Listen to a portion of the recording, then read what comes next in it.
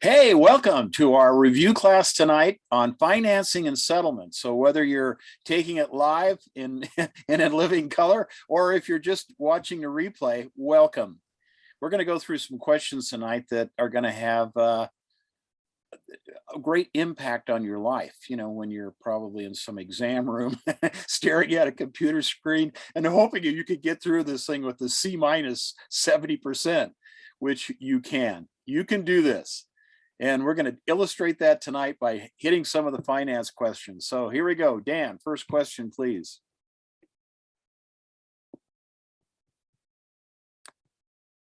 Okay, which of the following best expresses the mechanics of a mortgage loan transaction?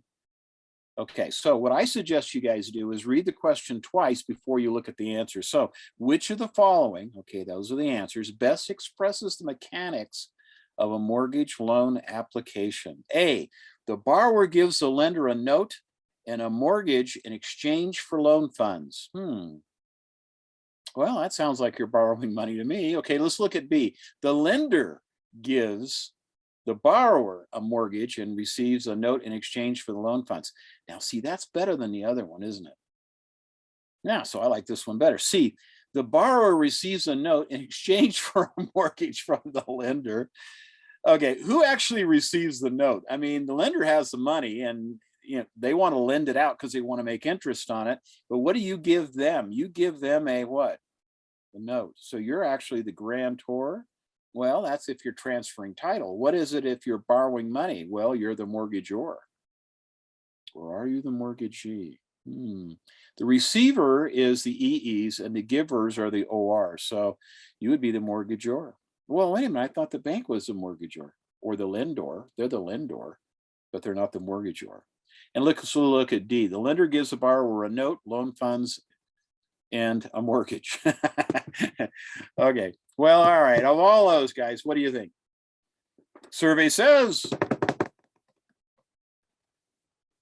A, the borrower gives the lender a note and a mortgage in exchange for the loan funds. Okay. See, you give them the loan. Oh, no. They give you the loan. Well, no, wait a minute. So you're sitting at your home one night and you get a call on the phone and it's, hello, this is Happy Valley Credit Union. And we're calling because we just wanted you to know that we have taken out a loan on your house for $25,000. So, come by and get the money anytime. The interest rate's 18.5%. And, it started accruing 2 weeks ago when we put the loan on your property. Does that sound right to you guys? Shouldn't, because who has the right to hypothecate your property? The bank? No, they don't own the property. Who owns the property? You do. So you have the right to hypothecate your property. So the borrower gives the lender a note and a mortgage in exchange for the loan funds. Okay, answer A. That's what the survey said. Let's go to number 2, please. Mortgage loans typically call for the payment of loan interest in advance, A. B, after 1/12 of the annual principal is paid. Okay, when you pay this down a little bit, then, no. C, annually. Do you make one payment a year? That's probably not good. In arrears. Okay, so if you look at these and you're analyzing a question, you read it twice. Mortgage loans typically call for the payment of loan interest. Do you pay in advance? Well, we usually pay rent in advance, right? But you don't pay mortgages in advance. The lender will charge you interest, but you will only pay the interest after you've had the money for a while. So the next question is, once a year, annually, or just generally speaking in arrears? In arrears meaning you're paying for the month that was. So if you paid your May 1st payment, that pays the interest for the month of April. So you're paying in arrears. Now there is one time only, when you first initiate a loan against a property where you pay the interest in advance. But that's just to get it going so that it works out. So if you close on the 15th of the month, as part of your closing costs, you're going to pay the interest for that month you closed in between the 15th and the end of the month. And that'll be calculated as part of your closing cost, okay? And so what happens is that gets it going. So, we talk about strategies for how things work in the real world and whatnot, and I just wanted to illustrate this point by suggesting to you that you really master this information. Okay, see, most agents schedule their closing at the end of the month. Why? Because they pay less their borrower, their buyer pays less prepaid interest. And so they'll try to get that scheduled towards the end of the month because you may only pay 1, 2, or 3 days worth of interest. Where if you lapsed over into the next month and you paid maybe you closed on the 5th, you could end up paying 25 days or more of interest up front. But the advantage of that is that your payment, see, that paid for that first period of time. The beginning of the next month, there'll be no payment. Now you already paid the partial month up front. So the beginning of and that was a partial month, but the beginning of the first full month, there'll be no payment during that month. And so their payment would start the first of the month after that. So really what could happen for a buyer is they could have almost 6 weeks or 7 weeks without a payment on a loan if they close at the first of the month. Now, that means they've got to come up with a lot more money, at the settlement, right? But because payments are paid in arrears, your May payment paid April's interest. You paid that the first, whatever period of the month of March, and then your first payment wouldn't be due until May 1st, and that would pay April's interest. So, but it's all paid in arrears. So the correct answer on this one is arrears, not paid in advance, except for that one time when you're getting a loan first put into place. And this says mortgage loans typically call for the payment of loan interest in arrears. And the only time they do that, vary from that, of course, is when you first get that first period of time. And so to make it a full month, you pay that in advance. Now, today, in today's market, lots of buyers have bundles of cash. They sold their home in California, they sold, Seattle, Portland, wherever, and they're moving to Utah. And they have hundreds and hundreds and hundreds of thousands of dollars in order to put down. So they're not cash poor. But if you have a buyer who is a little bit cash poor and they're borrowing money from grandma in order to, pay some of their closing costs, best to close them at the end of the month. But these people are rolling into town with, hundreds of thousands of dollars in equity that they received out of their other property, if not millions. Then close them whenever it's convenient. It's nice to close the first of the month because appraisers aren't that busy, escrow companies or title companies aren't that busy, and lenders aren't that busy, because everybody else is closing at the end of the month. So avoid the rush if you can. You'll be much more pleasant. Okay, and also, always schedule your closings for about 11:30, so you're out of there by noon, and look hungry, and then maybe the escrow guy will take you to lunch.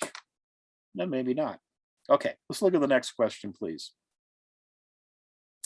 Number 3, if a lender was charged with a usury violation, okay, it's a lender, it's being charged with a usury violation. Which of the following circumstances would have occurred? Which of the following circumstances would have occurred? Okay, lender's in trouble, the charge is usury. What had happened in order for that charge to be made? A, the lender charged an excessive rate. Okay, that's good. B, a lender included terms and conditions in the loan agreement that were improper. Well, the terms and conditions, usury means a high interest rate. Okay, that's kind of the definition of usury. It was such a large interest rate that we consider that usurious, and usually that's determined by state law. Interesting thing in the state of Utah is that we don't have a usury limit, but many states do. And many years ago, when interest rates were 12 and below, no one thought they could go much higher than 12, and they did peak up a little bit over that for a while. They had to go back. They had to have emergency sessions of their legislature to change their usury law so that you could charge more than 12%. Okay, but let's look at B. A lender included terms and conditions. Okay, we looked at that one. C, the borrower agreed to pay both the loan discount points and the origination fee. That's not uncommon, and it's not necessarily usurious. B, the term of the loan exceeds federal guidelines. Well, whether it's a 15-year, 18-year, or one of these flex loans that, you can choose 25, 35, or 27 months. Typically, loans are going to be for 30 years or 15 years, but there's a lot of flex loans out there now that you can kind of name your term. But that has nothing to do with usury. So out of these, folks, what do you think the best answer is? Well, obviously, drum roll, it's going to be A. The lender charged an excessive rate. Now, lenders that did get in trouble for usury, in kind of the early 2000s, we saw a little bit of this happening. You had to look at the overall rate or the annual percentage rate. And because a lot of times they would charge a lower nominal rate, but then they'd have, 5 or 10 or, discount points that the lender actually received as prepaid interest. And that would be calculated into the APR. So when they're looking at what was considered excessive, and this would be the federal government primarily, they were looking at the APR, because it wasn't just the nominal or face rate on the loan that they were looking at. They were looking at whatever other fees they charged, particularly discount points or loan origination fees and whatnot, that went into the calculation of the annual percentage rate. Well, a lot of long-winded discussion on this one, but it's important. Now, we haven't seen too many usurious rates. We've seen ridiculously low, I can't believe the interest rate is so low rates. And even now, as we do this class in May of 2022, rates have just popped up a little bit to 5%. They hit a low. Some of them went even under 2% for a little bit there, but now they're about 5%. That 5%, guys, that's still really, really cheap. First loan I ever got on a house was a 10% rate, and I thought it was a bargain because I'd sold a lot of homes at 12 and 13%. Well, hopefully we won't see those days again, because you can't get as much house with a higher interest rate. Okay, number 4, please. Thank you, Dan. Mortgage or trustee documents are typically regulated by the blank government: federal, state, county, or city. Well, it's not going to be county or city. It's going to be either state or federal. How many of you think it's state? Raise your hand. Okay. How many of you think it's federal? Well, let's see. Survey says it is the state. Even though the documents are traded or packaged and the loans are sold on a federal level, they have guidelines that come from the feds, but really the real bottom line and who would prosecute on some of these loan documents, or who decides what is appropriate for their state or not, would be the state legislatures. For example, in the state of Wyoming, they're all mortgages. And I know around here, we say, well, let's go to the mortgage company and see what kind of loan we can get. But really, you should say, let's go to the trust deed company. But no one would understand what you're talking about. Well, why are we going to a trust deed company? Well, because that's where we get a mortgage, because everyone calls it a mortgage, but no self-respecting lender would give you a mortgage in Utah. They're only going to give you a deed of trust and a note type of a loan, because that's what they like to sell. And mainly it's because of the way they're foreclosed. In mortgage states, they're all foreclosed in court. Now, in Wyoming, they have very tight regulations on how that proceeds. But our state, you can use either document. But if a lender says, if I give them a mortgage, I'll have to foreclose in court, or I could give them a trust deed loan, and then I can foreclose outside of court using my own lawyer. What do you think they're going to do? They're not going to give you a mortgage. They're going to give you a trust deed. But we're going to call it a mortgage. But on the test, beware, because they're very specific on the exam. There are differences between a mortgage and a trust deed. Okay. And you need to know those differences, but primarily it's how they're foreclosed on and the period of time it takes to foreclose. Number 5, please. The borrower has just closed a loan with ABC lender, and in the email, she has received notice that a contractor was not paid after completing repairs in the borrower's recently purchased home. Ooh, problems. The notice states that a lien has been filed against the borrower's property. Which of the following statements is correct?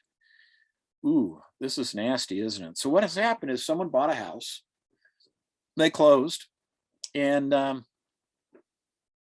probably not too long after the closing, well, they required some repairs, perhaps, on a negotiation under contract, or maybe it was part of their original contract. But a contractor came in and did some work on the house, and they weren't paid. You know, maybe the seller forgot. Yeah, right. Or maybe they skedaddled out of state and thought they would get away with it. But what happens now is there is a lien against the property, and it would be a mechanic's lien. That's the kind of thing a contractor would put against a house.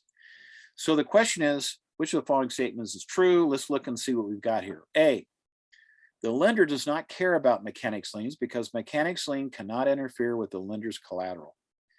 Well, if I had one of those buttons, I'd press it for that one, because that's not true.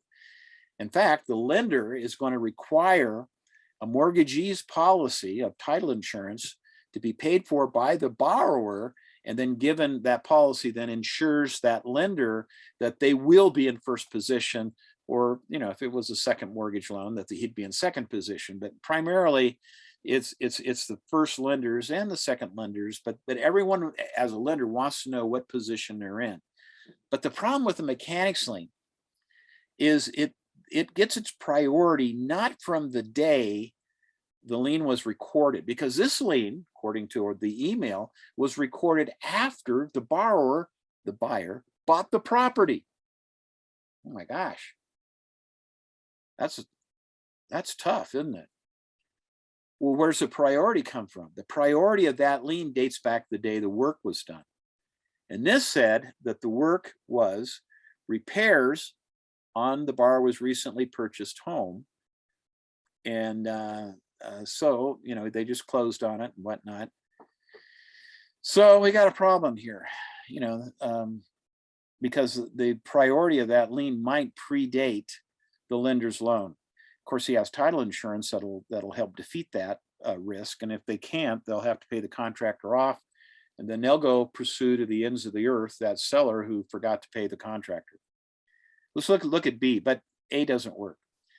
The lender, due to the risk of losing their collateral position, could place the borrower on notice of default. Yeah, they could. Let's hang on to that one. C, the lender is always the beneficiary of a lien on a property. The lender is always the beneficiary of a lien on a property. Well, let's look at D. The contractor can collect payments for repairs from the lender. Fat chance. Okay. Well, guys, what do you think? The first one doesn't work. The second one, the lender is always the beneficiary on a lien on a property. Well, there's other kinds of liens than just a trust deed, okay, or a deed of trust, you know, which you could see it either way on the exam. But a trust deed is, you know, remember I said in Utah we could use either a mortgage or a trust deed, either way. But there is no beneficiary in a trust deed. In a deed of, I'm sorry, there is no beneficiary in a mortgage. In a mortgage, you only have two parties. You have mortgagor and mortgagee. So see, the lender is always the beneficiary, and we press that button again. So what do you think, guys? Not C, not D. It's got to be A or B. How many choose B? Raise your hand. How many choose A? Raise your hand. Okay, survey says B, the lender, due to the risk of losing their collateral position, would place the borrower on notice of default. And the borrower is going to scream bloody murder. And of course, if this was a lien, the contractor's lien that was put on before they owned the property, that's just the way it is. That's you know, the seller will, if the title company is made aware of the fact there's been recent repairs on a home or recent additions, maybe they in order to put the property on the market, they recarpeted, because they had some bad carpet that didn't look very good. So they put in some new carpet, or maybe they replaced some windows before they put it on the market, or did some landscaping update or something like that in order to maximize the profit on their home and the desirability of the home. So what happens is those liens won't appear until the contractor gets ticked off because he wasn't paid, which is probably after the closing. Okay. I mean, sometimes they'll give the seller some terms and say, now when this closes, you got to come in and pay us. But, the seller skipped town. They moved somewhere else. It's okay. The title company is going to track them down because the title company is on the hook for the mortgagee's policy that, or sometimes called the lender's policy, that was given to the lender. And the worst case scenario is that the title company will make them whole, and so that because they insured to the lender that lender would be in whatever position they thought they were going to be in, like first is primarily the main one, and then of course they're going to go after that property. Builders, they pay particular attention to builders because they know the home was brand new, and they know that it was built from scratch, and there wasn't anything there before it was built, and so they make the contractors come in and sign lien affidavits. And if like I started to say, if the lender was told that there were necessary or required repairs in the contract, or that there was recent things that were done in the home before it was put on the market, they will probably request that seller come in and sign the same type of guarantees that there would be no mechanics lien and that they paid everything. And if they find out that there's something that hasn't been paid, they will probably do an impound and keep that money in the title insurance company's account in order to pay that bill. So, that's all things that could happen. But B is the best answer here, because A certainly doesn't make any sense. Mechanics liens come before them usually, and so they're going to be very worried about that. And the lender's not always a beneficiary because it could have been a mortgage, and the contractor can collect payments from the lender. Fat chance. That's why they wanted the insurance, and that's why they wanted the borrower to pay it, because they don't want to pay those kind of things. That wasn't calculated into the loan. So some of these questions are rather obvious, but some of these questions you need to go over them. Now, many of these questions we're going over tonight, and this is why we're going over them, will bear a striking resemblance to something you may see.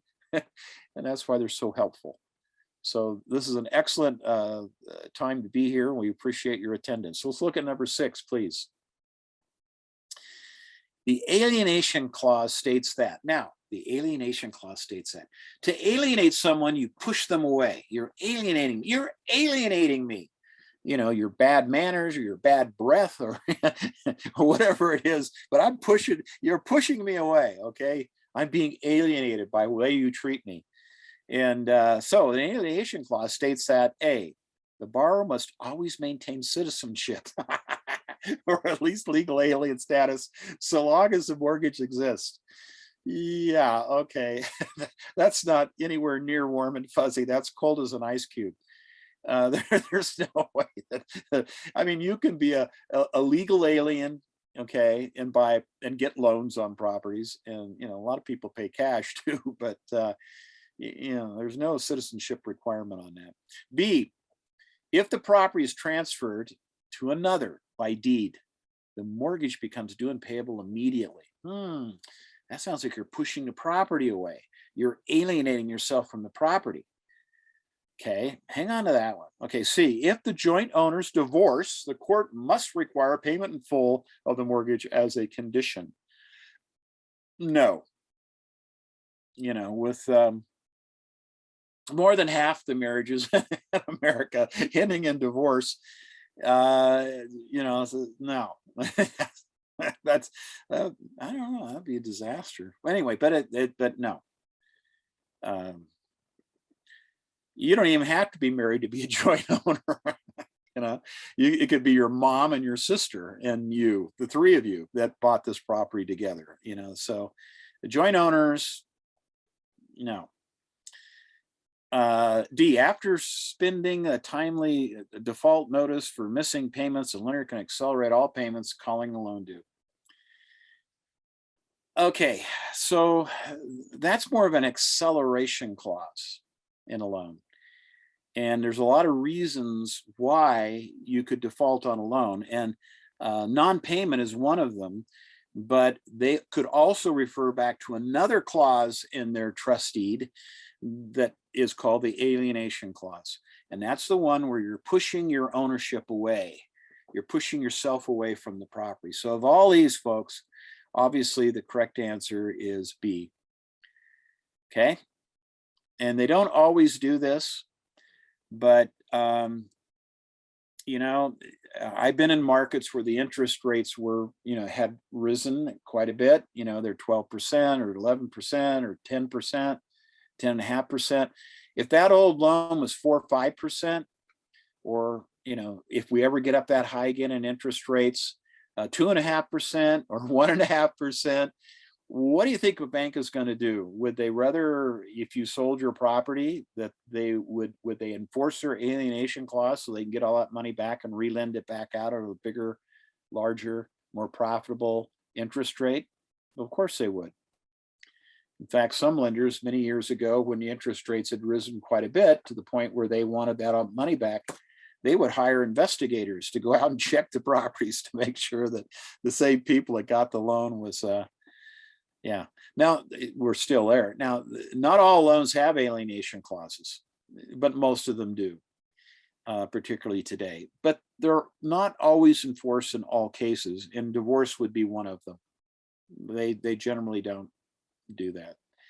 You know, they look at divorce kind of like a death, maybe. You know, two of you went into the loan together, now one of you is deceased. Are they going to call the loan for that? No.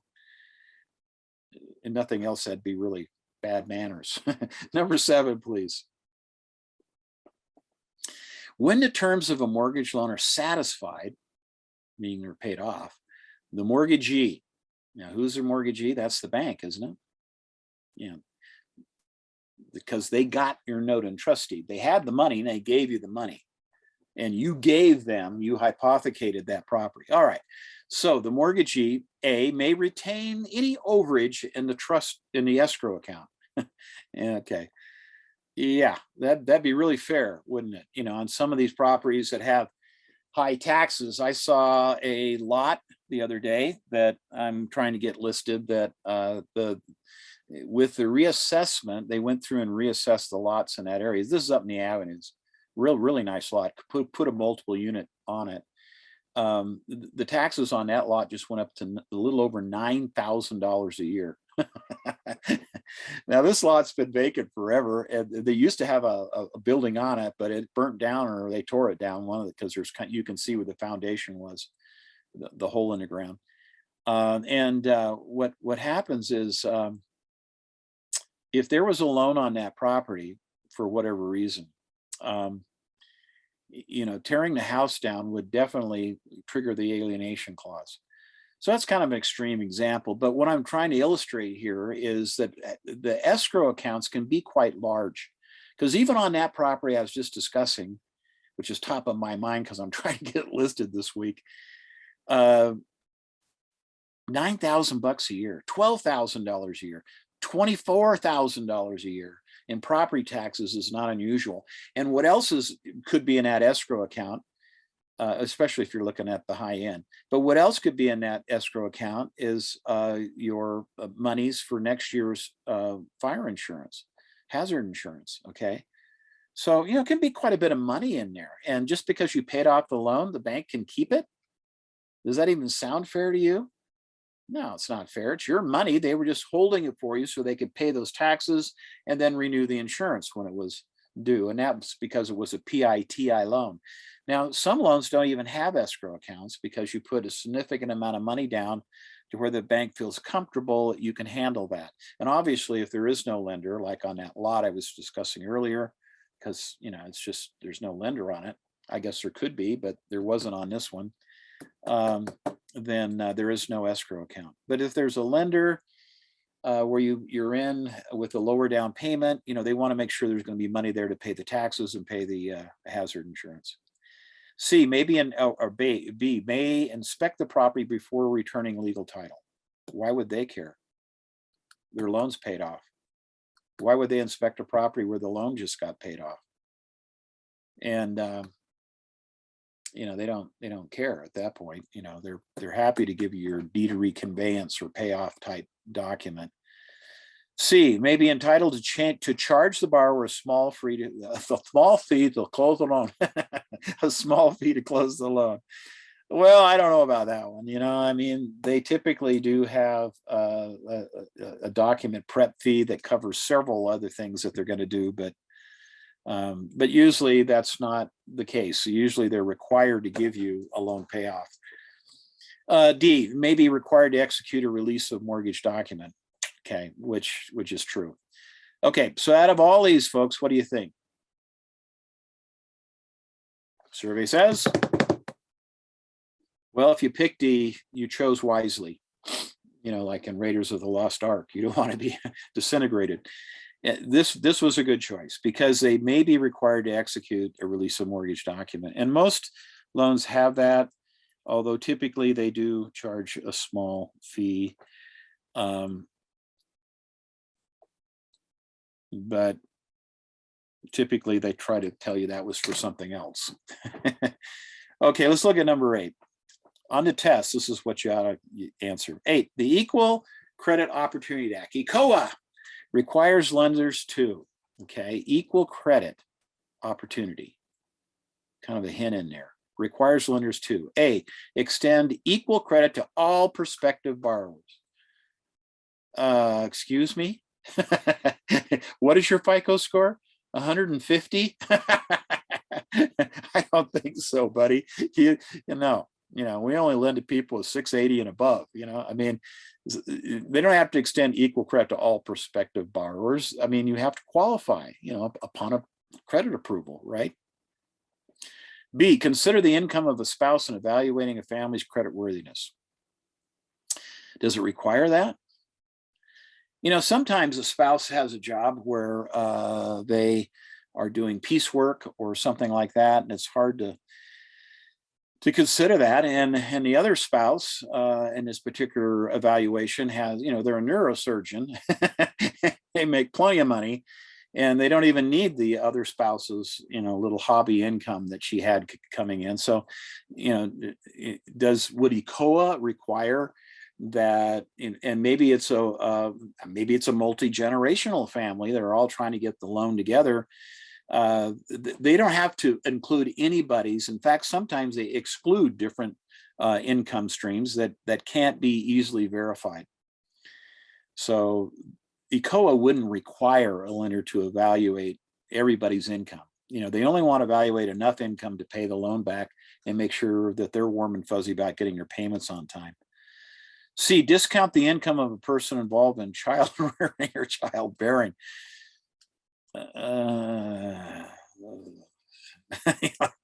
B, specialized lending activities by geographic area for improved customer service. That sounds like redlining. Wow, this area is really cool because, none of them kind of people live here. I don't know, guys. What do you think? Equal credit opportunity. What do you think? It can't be A because some borrowers are not creditworthy. Okay. I don't know about B. I don't know. Discount income from child rearing. I don't know. Specialized lending out. Here we go. What do you think, folks? Choose wisely, and it's consider the income of the spouse in evaluating a family's creditworthiness. Okay. Now, sometimes they like the income, sometimes they don't, like I said earlier, but that's the real world. On the test, what we're looking at here is ECOA is going to require them to do that. Okay, I'll call you back later. Hot prospects. Okay, consider the income of the spouse in evaluating family's creditworthiness. Very good. Of all the ones here, guys, it's you got to figure people with bad credit can't get a loan. And C, children rearing, childbearing, I don't know, guys, that sounds very discriminatory. probably wouldn't work much in today's society at all. Or specialized lending activity, that sounds like redlining. So of all those, it had to be B. Let's go to number 9, please. Which is the best description of debt to income ratio? Debt to income ratio. A percentage representing the relationship of total contract debt to gross income. Percentage. Okay. A percentage representing the mortgage payment, including PITI, mortgage insurance, and HOI, compared to gross income. Total contract debt. Okay. All right. Look at C. A percentage representing the relationship between total contract debt and after-tax income. Well, you know, income is normally not net, it's normally gross, isn't it? So that one, D, a percentage representing all monthly budget payments compared to gross income. Well, not all monthly budget payments are considered, like your internet bill or your cell phone bill. You know, those things, you know, are not normally calculated in. What they're looking at are any installment debt, auto loans, other real estate that you own, the payments on those. And then credit card debt, that type of thing, you know, which is like, so, but they're not going to look at everything. So we're down to 50-50 here. It's either A, a percentage representing relationship total contract debt to gross income, or B, a percentage representing the mortgage payment, including PITI, mortgage insurance, HOA, compared to gross income. Yeah, debt to income ratio is typically, guys, it's going to be, it says it's either A or B. What do you think? A, that's right, because you could have a really good income, but you just got too many debts. And your debt, you know, if you're looking at your debt to income ratio, they want to look at all of the reoccurring debts. And that's why it's best to keep your credit cards paid off or down. You know, don't, you know, we tell our buyers, you know, don't go out and buy a brand new pickup truck with a $675 a month payment. It's going to prevent you probably from buying a house, because that's going to go in your overall contract debt to gross income. You can buy the pickup truck. Auto loans are easy to get. Mortgage loans, they're a little bit more picky on. So, you know, in fact, you know, don't, you know, all the contract debt is what they're looking at, because they want to know if your payments can be easily handled or not. Number 10, please. Okay, the loan to, oh wait, yeah, the loan to value ratio, which is what we were talking about previously, is an important underwriting criterion for the primary reason that the loan to value ratio is real important in underwriting for the primary reason that A, borrowers with no equity will default and abandon the property. Well, what about a VA loan, folks? VA loans have no down payment. So they don't, when they, you know, unless they got a heck of a deal when they bought, they have no equity. They didn't put anything down. B, the lender wants to ensure the loan is fully collateralized. They want to make sure that they're not over lending on the property. C, a borrower can only afford to borrow a portion of the entire purchase price. Well, you know, I don't, not, yeah. D, a fair amount of borrower equity demonstrates good faith. Okay. Well, I know lots of veteran borrowers that had good faith and they put nothing down. Okay. And actually, the default rates on lower down payment loans like FHAs and VAs are actually pretty good. I mean, they're good in the sense that they don't default. And, you know, when they do have situations where people are defaulting, it's generally because of a turn down in the economy, or people have lost their jobs. You know, hopefully it's not because they went out and bought two $700 a month pickup trucks, you know, unless they can afford it. Okay, so survey says, what do you think, guys? They want us to make sure that they are fully collateralized, which means that they're not over lending on the property. Okay. No equity with default and abandon the property more often? No, not necessarily true at all. Borrower can afford to borrow a portion of the purchase price. That's Some borrowers have so much income they could buy twice the home they're borrowing, but they want to be conservative. That's not really true. And a fair amount of borrowers like throwaway answer. Number 11, please. We're doing good. When a lender confirms a specific loan amount and agrees to the interest rate, the process is referred to as a what? This is the lender. And they've gone through the underwriting and they say, okay, you qualify for this much loan and we're going to agree to this interest rate. Okay.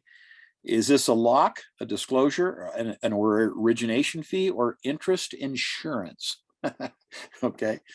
Well, I don't know about interest insurance. That's kind of a made up answer. Origination fee, that's what the lender charges to put the loan together, usually 1% to 2%, somewhere in that neighborhood. Disclosures, lenders are required to do lots of different kinds of disclosures, but I think most of you are familiar with the term, did you get an interest rate lock?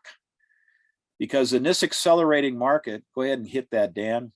In this accelerating market, when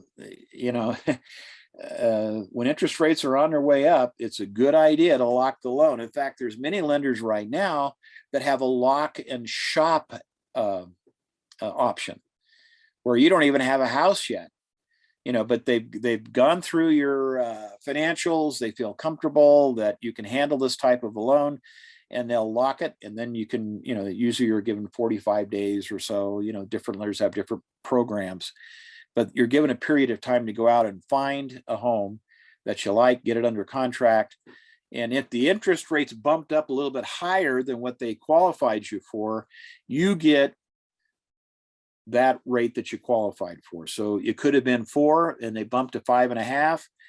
The problem is that you qualified at 4, maybe at 5.5, it was a little more edgy and you may not qualify for it. So you don't want to get a house under contract and have to back out of the deal because, you couldn't get the loan that was agreeable to you. I mean, that is a contingency in a contract if you choose to put it in. But lock and shop is really smart for a lot of reasons. And in a falling market, usually, they'll let you have the lower rate, but that all depends on the lender.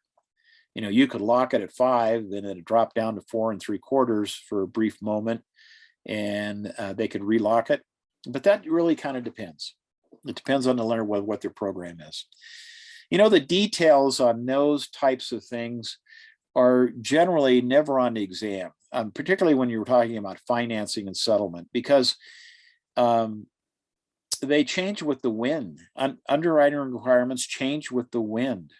I mean, it used to be that if you had a foreclosure or if you had then they wouldn't give you another loan for 7 years, and then they wouldn't give you another loan for 6 or 4 or 5. So a lot of that type of stuff that changes frequently, they don't want to put on the exam because they have to keep pulling those questions and rewriting them and stuff. They want terms, test questions that are, they have some longevity. I mean, they don't want to continue to hire experts to come in and rewrite all these questions all the time because that cuts into their profitability. I'm talking about the exam companies. Number 12, please. Okay, truth in lending, or Reg Z, includes all the following requirements except use of APR. See, when it's except, one of these that's not required by truth in lending is going to be there. Okay. Advertising restrictions, settlement costs in you, or disclosure of cost. Okay. Truth in lending, Reg Z. Yes, there is APR. Truth in lending is what created the annual percentage rate.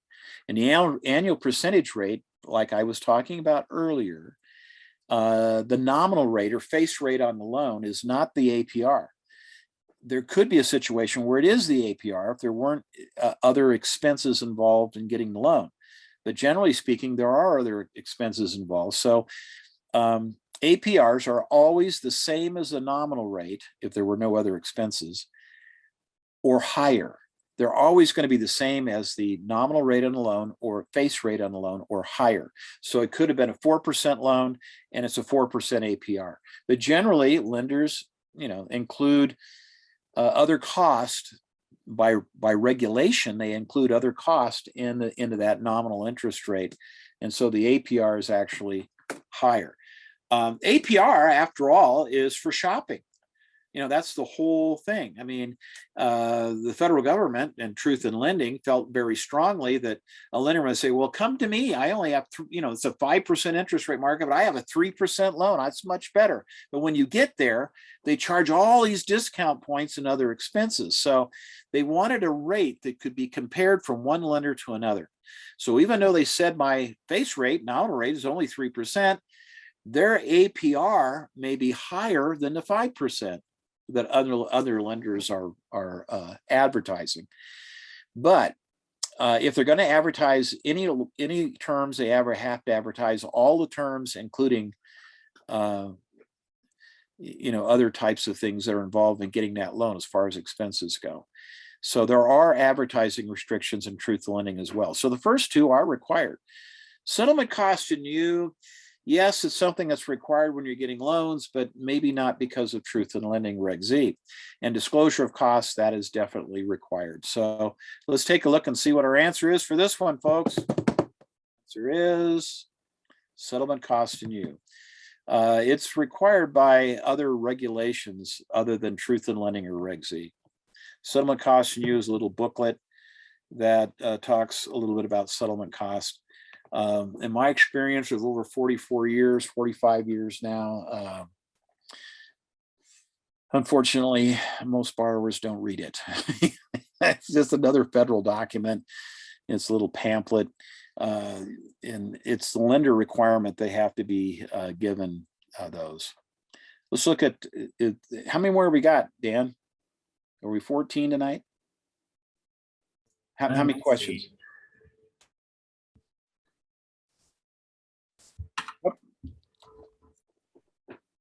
We've got 18 tonight. 18. Let's keep going. All right, cool. Let's see. We got. Now we're back at it.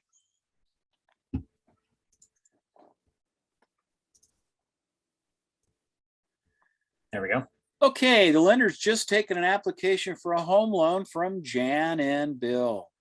How long after the application date does the lender have in order to provide Jan and Bill with the Truth in Lending disclosure statements? 1 day, 3 days, 5 days, 10 days. Well, guys, what do you think? 1 day is pretty quick. 10 days is too long. It's either going to be 3 or 5. So if you had to guess, in fact, there is other types of lender rules and regs where there's a 3-day right of rescission on second mortgages and whatnot.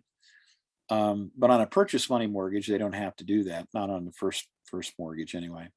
So guys, I would go with 3 days because that's what the federal government likes in so many cases. Okay, let's take a look. Are we right? Yep, 3 days. But I knew that anyway after all these years. But you're going to know all this stuff too. Now, let's go to 14. I'll talk about some practical stuff later. 14, the Federal Reserve System regulates the money supply in which of the following ways? A, selling securities. You ever heard of treasury bills? Printing money.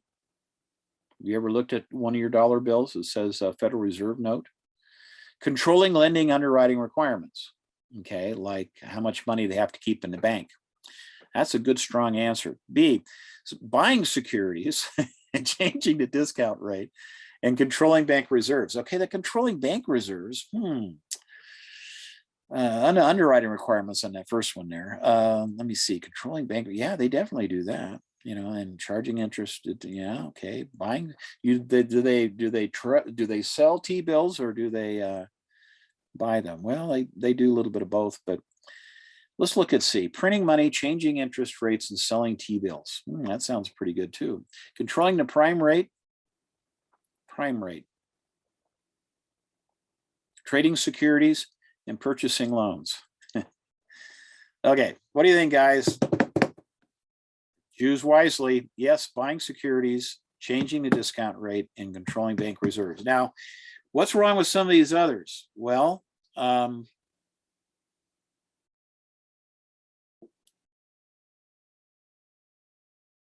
one of those of the three or one of the four is not right.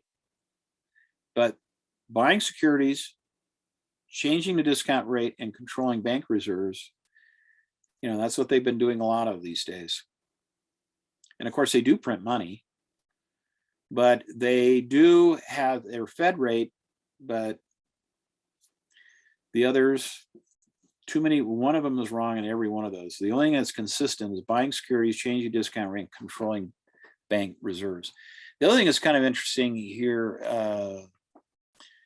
is that they are trying to regulate the money supply in order to curb inflation a little bit, but they're not, it's kind of out of control right now. I don't know if you've been at the gas pump lately, but not working real well. Okay, let's go to 15, please. A borrower wants to qualify for FHA to insure their loan. Which of the following would be would disqualify them from an FHA loan? Well, no down payment, average credit score, okay, low debt to income ratio. Low debt to income ratio would be a good thing, not a bad thing. They want to know which one would disqualify. A shared bank account, lots of people have shared bank accounts, particularly with married couples. So those two, low debt to income ratio or shared bank account. What about the average credit score or no down payment? Well, generally speaking, FHA loans are easy to get even if you have average credit scores or maybe even a little bit below. Conventional loans require typically a little bit better credit than FHA. So average credit scores still wouldn't disqualify. The thing about FHA loans is you need a down payment. Okay, right? Let's see. Go ahead, Dan, hit the button. And it says no down payment. Now, you got to be careful about these lending questions, mortgage type financing questions, because someone will say, well, I got an FHA 401k rehab type loan, and I was able to get my down payment back, by doing extra work on the house and billing it out and there's lots of different loans out there. But FHA does require a down payment. And you're not going to get around that. I mean, there's, the down payment could be gifted by money from grandma or, some other relative or situation, but it's of these four, no down payment would be a disqualifier. They got to have a little bit of money to work with. Okay. And I know that, there's programs that have existed in the past on FHA. Maybe you even bought a home with grant money. I understand that, but there's still a down payment required. Okay, number 16, please. The maximum loan to value ratio on a VA loan is which of the following? 90, 95, 96.5, or 100%. Can you get a full ride FHA loan? Yes, and thank you very much for your service. We have a lot of folks in Utah that are in the reserves or in National Guard service, and VA benefits are available to them as well. They're also available to spouses, even though the veteran may have died, and maybe it was a service-related death where they made the ultimate sacrifice. But VA loans have the veteran and the veteran's family in mind. That's who they're there to serve. And you can get a full ride FHA loan. And if the veteran really, really, really wants that property, and maybe they're even a little edgy on qualifying, there's many instances where the VA will go to bat for them and make sure that they get the house they need or want. And that's the way it should be. Number 17. And anyway, we have a lot of people in Utah that qualify VA, and they don't even realize they qualify VA. A lot of them feel like, no, I had to be in full-time service for this period of time or that period of time. A lot of that stuff has changed in the last few years, which is why you need a good lender. You can't keep up with all this. When I started in the business back in 1977, I was first licensed. We did all the qualifications and everything on our own. I wouldn't even try to do that now. I send all my people to a good lender. And if you want to work with veterans, which is a great niche to work in our industry because we have so many of them here in Utah, then you need to work with a lender that really understands VA. And a lot of lenders don't like to use VA because they are restricted on the amount of money they can charge or make out of a loan. But you can do a lot of them, and it's that's a great niche to work, or niche. Okay, which cost must be disclosed using the closing disclosure? Borrowers, sellers, brokers, all costs must be disclosed. What do you think, guys? What's the purpose of a closing disclosure? So somebody can see all the cost. So what do you think, guys? Survey says, here we go. Yes, both sides. Now, it doesn't mean that the seller will necessarily get the borrower's settlement sheets, or the borrower will necessarily get the either way, but these disclosures are made so that people understand what they're getting into, and that there are no hidden costs or fees involved here. It's something that needs to be disclosed, and it needs to be disclosed a certain number of days prior to settlement. So, that's another good reason why I like to work with people that have money to put down and that like to close in the first of the month, because sometimes little things come up and your closing gets delayed, and that if people are really pushing that, that could kill your deal. So work with good lenders. You're the best partner you can pick in this business would be a great lender. I've had great lenders. We've made a lot of money together. Number 18, and then we'll talk about a practical example. How many days before closing must the seller view all these documents? Well, what do you think, guys? The buyer, not the seller, must receive closing documents at least 3 days prior to closing. Now, well, that's 3, and then there's a 3, and then there's a 1 and a 2. What do you think, guys? Not going to be 1.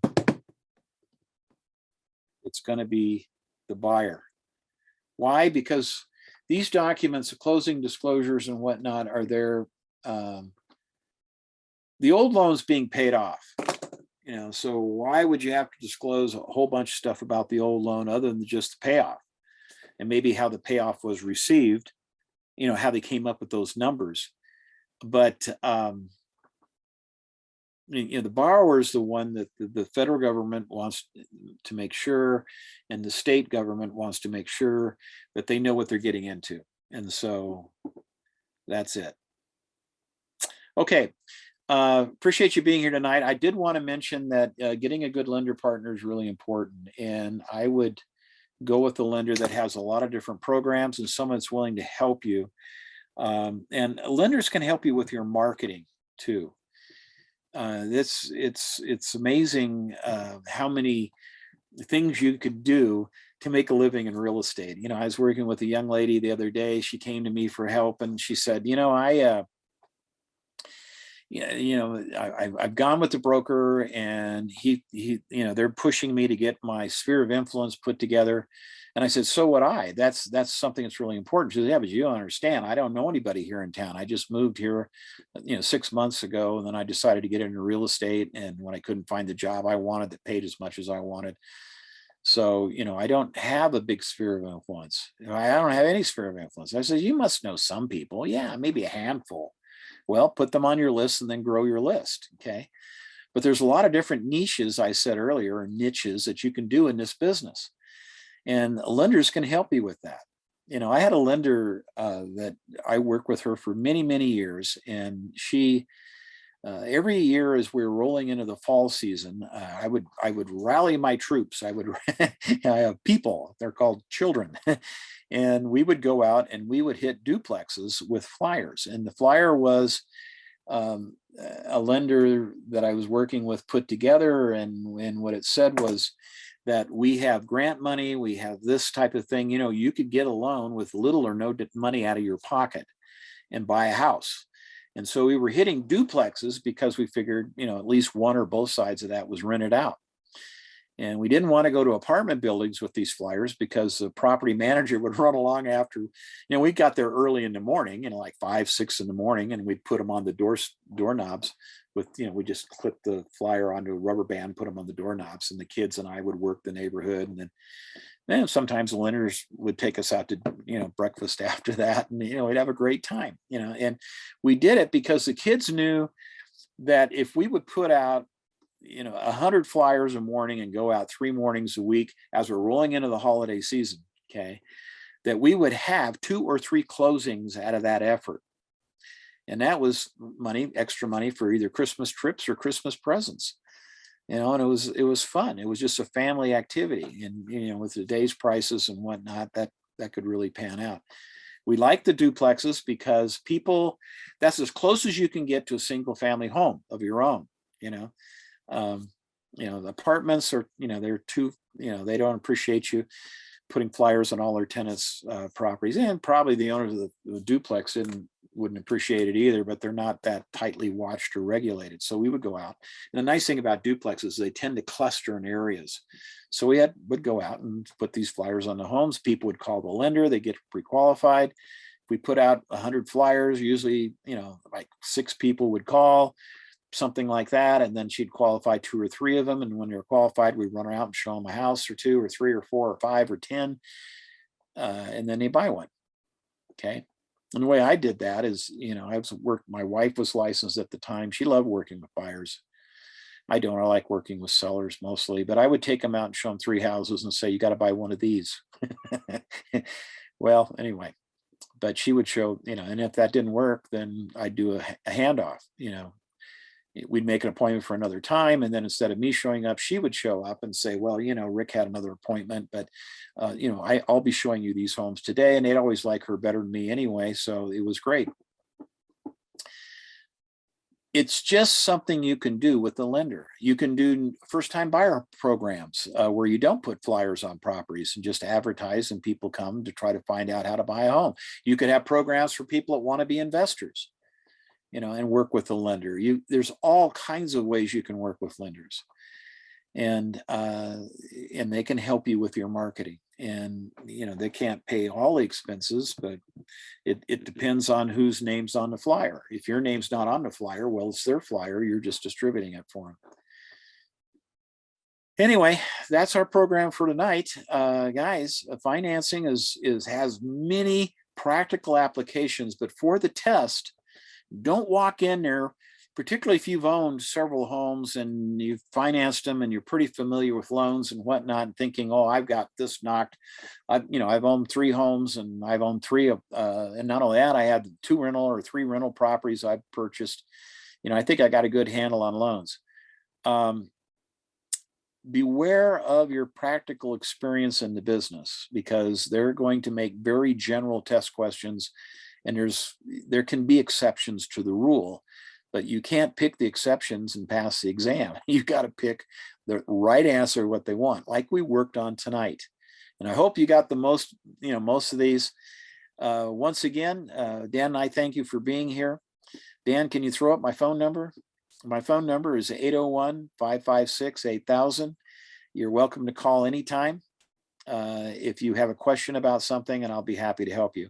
However, it's considered entirely inappropriate to call me during the exam itself.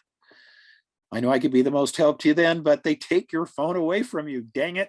Okay, have a nice evening. We'll see you next time. Remember, these little sessions we have every other Tuesday are here to help you. We drill into questions that we know that you're going to appreciate knowing the answers to, especially when you're in that situation when they took your phone away and you're in the exam itself. Thank you, Dan. Appreciate being here. Appreciate everyone coming, and we'll see you next time.